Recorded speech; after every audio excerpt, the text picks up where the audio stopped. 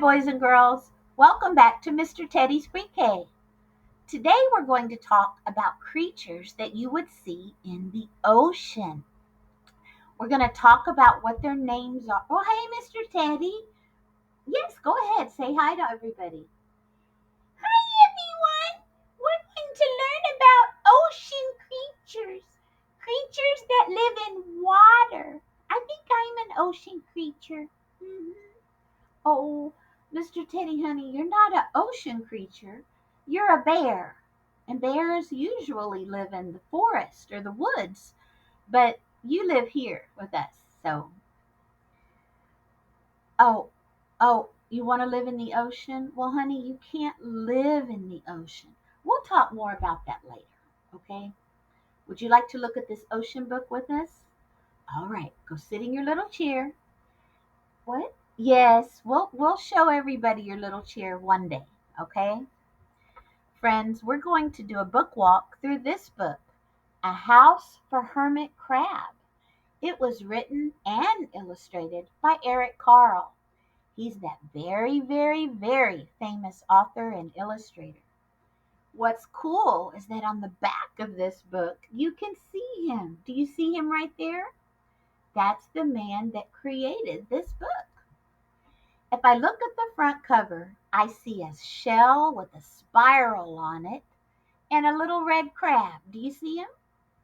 On the front cover, he's very big. But on the back cover, I see a small hermit crab. Let's see what we can learn about ocean animals today. Here we go. A house for Hermit Crab.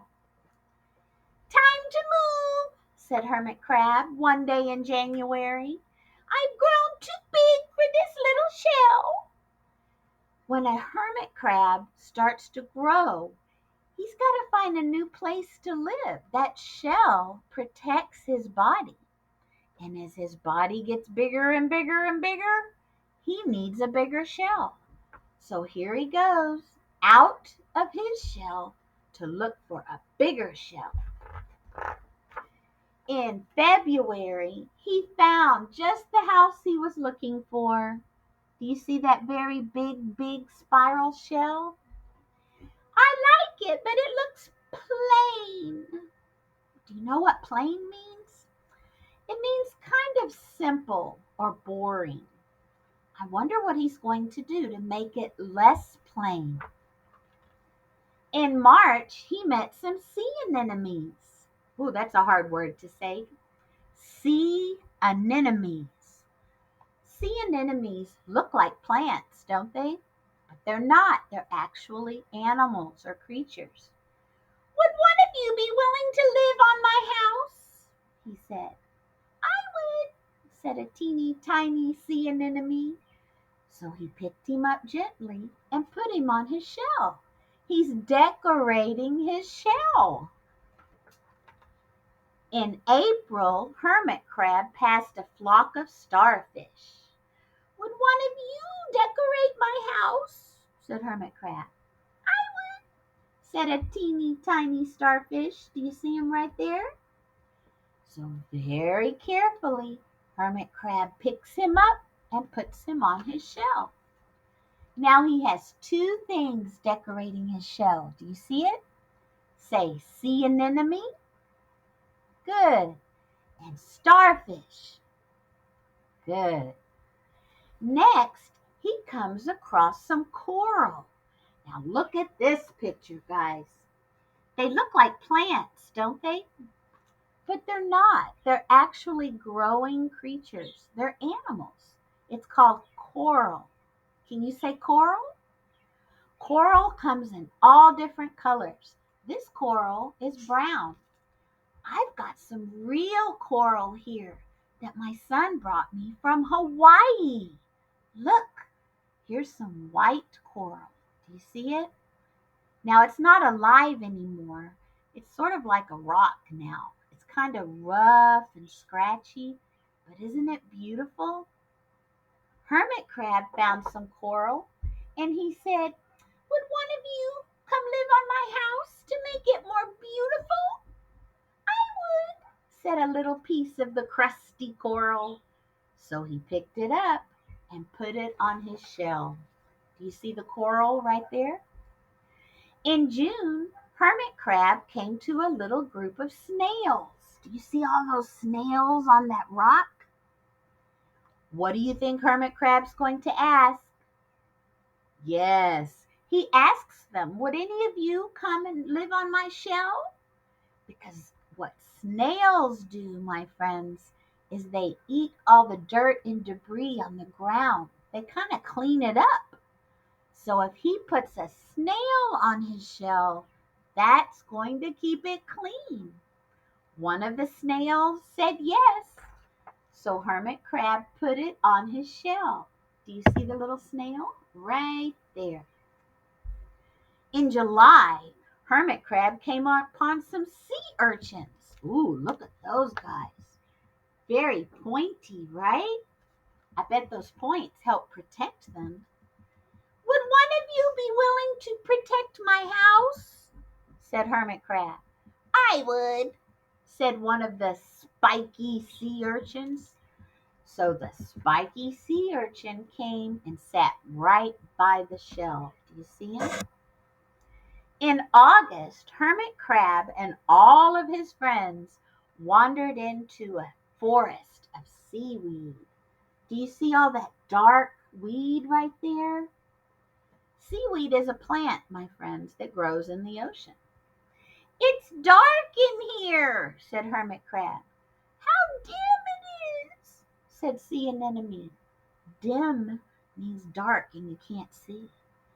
How gloomy it is, said Starfish. How murky it is, said Coral. Murky means kind of dark and cloudy. You can't see very well. I can't see, said the snail. It's like nighttime, said the sea urchin. So they're all wondering about this seaweed.